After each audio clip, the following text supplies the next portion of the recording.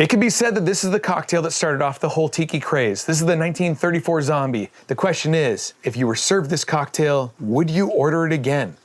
Let's see if I would. Let's start by tossing a lime to yourself. Cut that thing in half.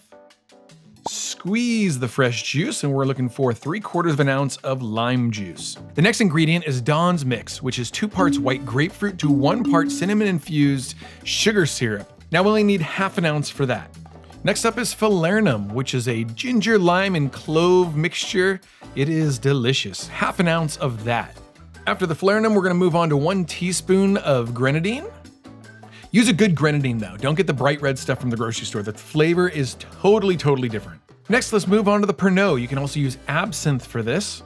Pernod is an anise-flavored liqueur. We need 6 drops of that. Okay, and then 1 big dash of Angostura bitters. And then on to the rums. We're gonna start with the critical ingredient, the Hamilton 151 Demerara rum. And if you can't find Hamilton, you can also use lemon heart. We will be pouring a full 1 ounce of 151 rum. After that, we will add 1.5 ounces of gold Jamaican rum. I'm using the Hamilton Pot Still Gold here.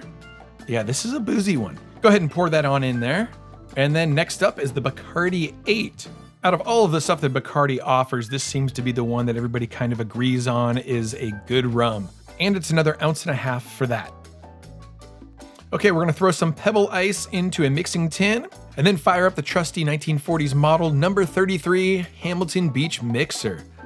Go ahead and pour that into a zombie glass. This cocktail is essentially why they call those tall Collins glasses zombie glasses, because, well, they serve zombies in them. Top it off with some more fresh pebble ice, and let's not skimp the mint. We're gonna grab a bunch of mint there to put right there into the cocktail. Go ahead and give it a smack first to awaken the aromas. We will mark this as being a Don the Beachcomber cocktail with one of their brand new swizzle sticks from the Florida location, skewer a maraschino cherry, put it right in front, and that is Don the Beachcomber's 1934 Zombie. This is a 9-ingredient cocktail from 1934, and I mean Hollywood, California. And speaking of Hollywood, California, before we taste the zombie, here is 1 minute of Hollywood tiki history. Ernest Raymond Beaumont Gant and Sonny Sund opened Don's Beachcomber Cafe at 1722 North McCadden Place in 1934, the year of the zombie. They moved across the street to 1727 McCadden Place in 1937 to expand the bar and add a restaurant, which then became Don the Beachcomber. This was the entryway way back then. You can see that in my own home tiki bar, I totally emulated that same thing because, yeah, Don the Beachcomber. Okay, but let's go back to the dining room. And now this may look like a Hollywood set, and the reason for that is because it is said that Don recruited set designers from the local movie studios to help bring his vision to life. But look at the fish floats in the ceiling. Each table has its own oil lamp with a tappa print lampshade. There are peacock chairs, plenty of bamboo and matting, and on the left side of the photo, there's a case which housed the chopsticks of celebrities. Isn't that just amazing? Okay, this is the same room, but in color. You can see a big peacock chair on the right, the chopstick case on the left, and then way back in the background, you can see some Chinese jade tiles.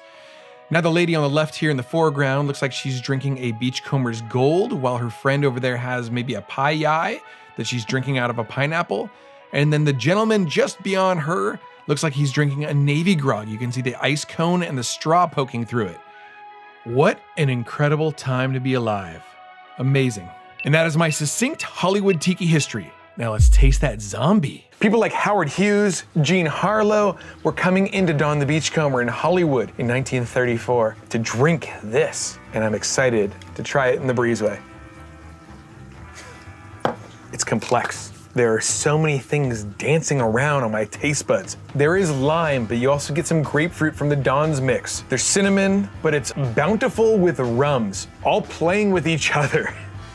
That sounds weird. But there's such a mix of rums, all working together to create such a beautiful harmony. You get a hint of the Pernod.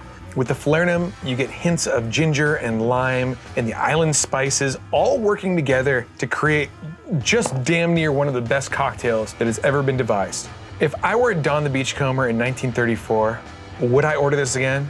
Yeah, dude. Are you out of your mind? Of course I would order the 1934 Zombie again. Make this for yourself. It's fantastic. If you want a more in-depth episode about this, go back in time. Spike's Breezeway Cocktail Hour featured this a couple years ago. Aloha.